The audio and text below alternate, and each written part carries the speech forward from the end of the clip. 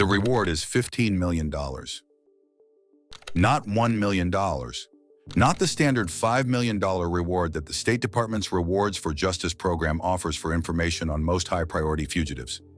$15 million, one of the largest rewards in the history of the American counterterrorism and counterproliferation reward system, for information leading to the location of a 60-year-old Chinese national who has spent the better part of 2 decades running a supply chain that put American military technology inside Iranian weapon systems. Baoxia Liu, also known as Emily Liu, born in China in 1964.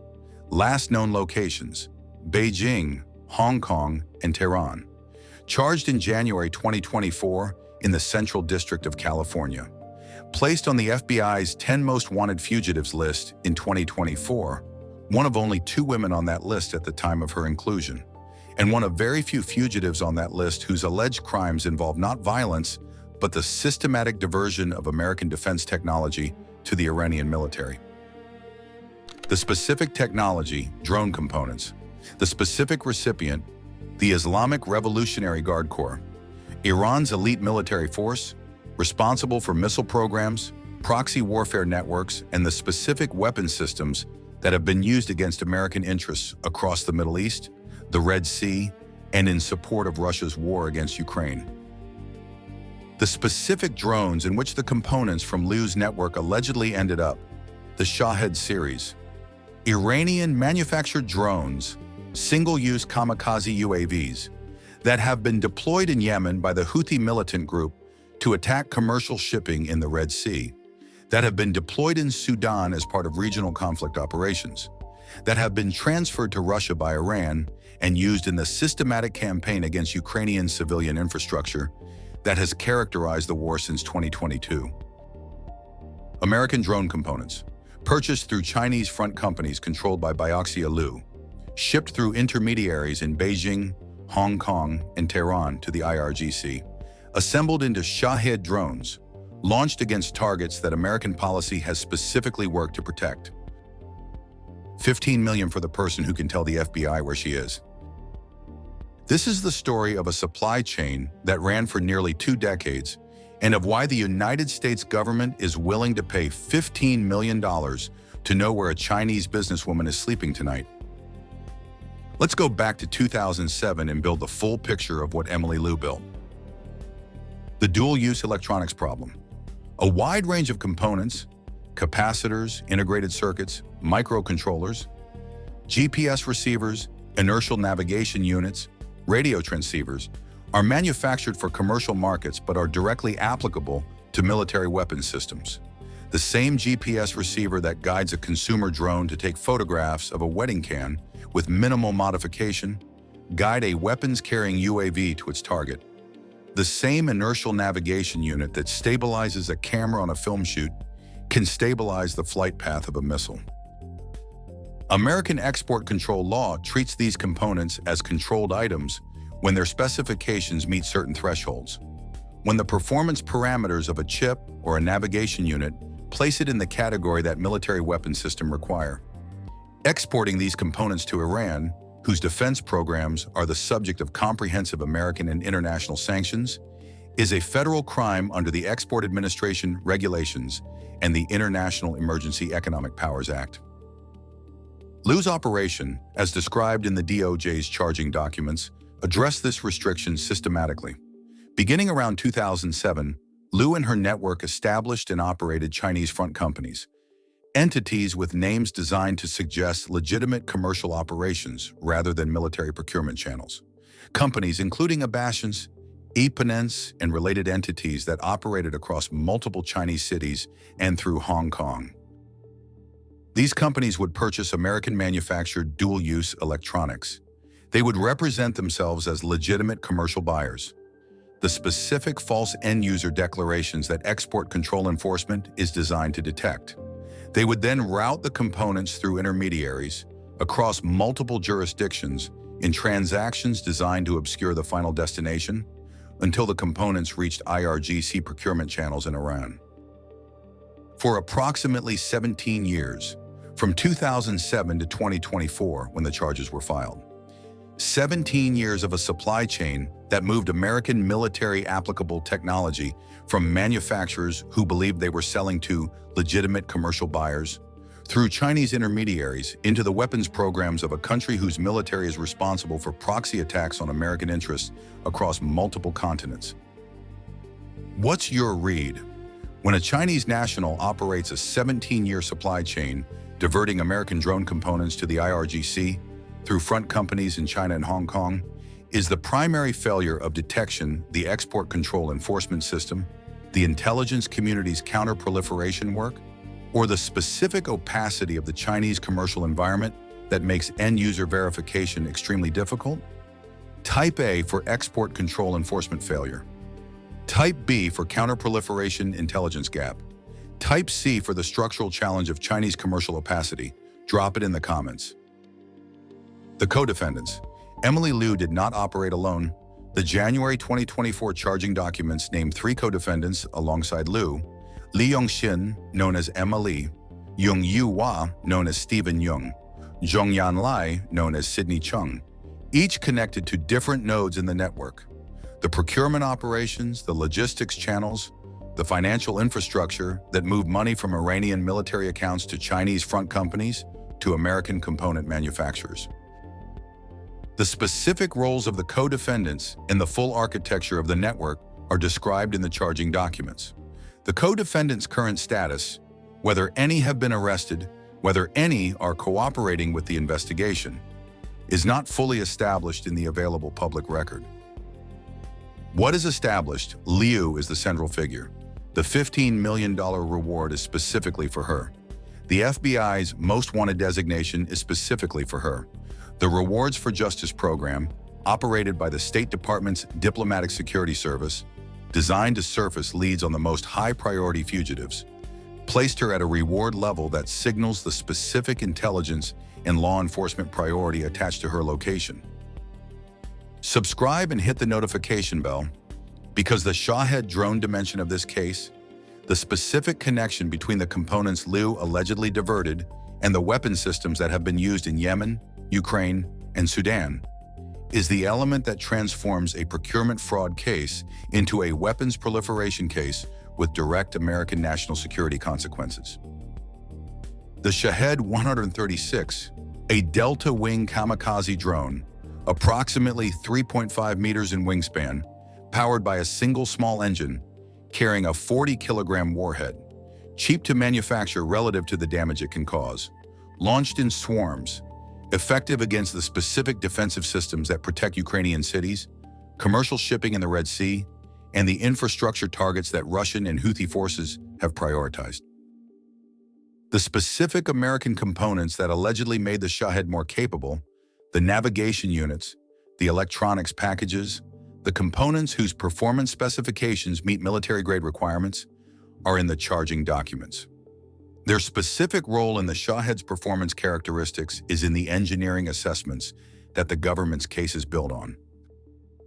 American technology, through Chinese front companies, into IRGC production lines, into Shahed drones, launched against commercial shipping in the Red Sea by Houthi forces armed by Iran, launched against Ukrainian power stations and civilian infrastructure by Russian forces equipped with IRGC-supplied weapons, launched against targets across Sudan in the regional conflicts that Iran's proxy network supports. The connection from a Chinese businesswoman's front company to a Ukrainian power station hit by a Shahed drone is not hypothetical. It is the specific allegation that the Department of Justice's charging document makes, that the components Liu's network supplied ended up in the weapon systems used in those attacks. You've seen the full picture. 17-year operation, 2007-2024, Chinese front companies Abascience and Eponents, American dual-use drone electronics, IRGC procurement channels, Shahed drones deployed in Yemen, Ukraine, and Sudan. January 2024 charges, FBI 10 most wanted, $15 million reward, last known locations, Beijing, Hong Kong, Tehran. What single detail most defines the scale of what this network produced? Comment below. 15 million. The reward amount tells you something specific about the difficulty of locating Liu. The Rewards for Justice program does not offer $15 million rewards for fugitives who are accessible. It offers them for people who are in locations, under protection, or operating with resources that make conventional law enforcement access insufficient. Liu is in China, or Hong Kong, or Tehran, or moving between them in a pattern that keeps her outside the reach of American law enforcement action. China does not extradite to the United States for this category of offense. Hong Kong's extradition framework, since the 2020 changes to its legal status, is more aligned with Beijing's preferences than with American requests. Iran has no extradition relationship with the United States. 3 possible locations, none accessible through normal extradition channels. $15 million for the specific intelligence that produces her location with enough certainty and enough actionable detail to do something with it. The reward is not a gesture, it is a calculation.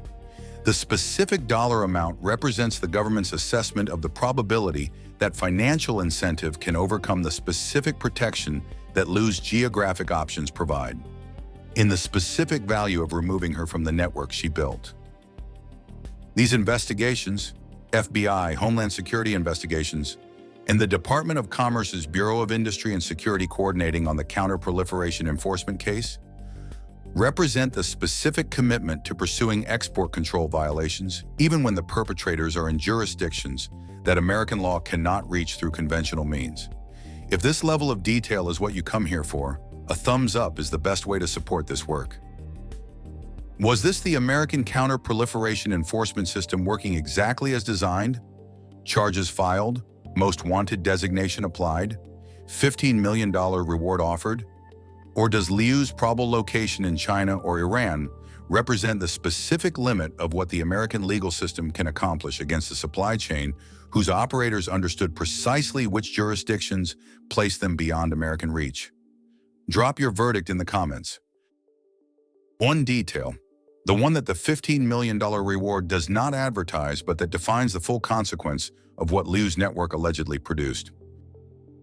The Shahed drones that hit Ukrainian civilian infrastructure did so in the context of a war in which the United States has provided billions of dollars in military aid to Ukraine, specifically to resist the Russian invasion that those drones support.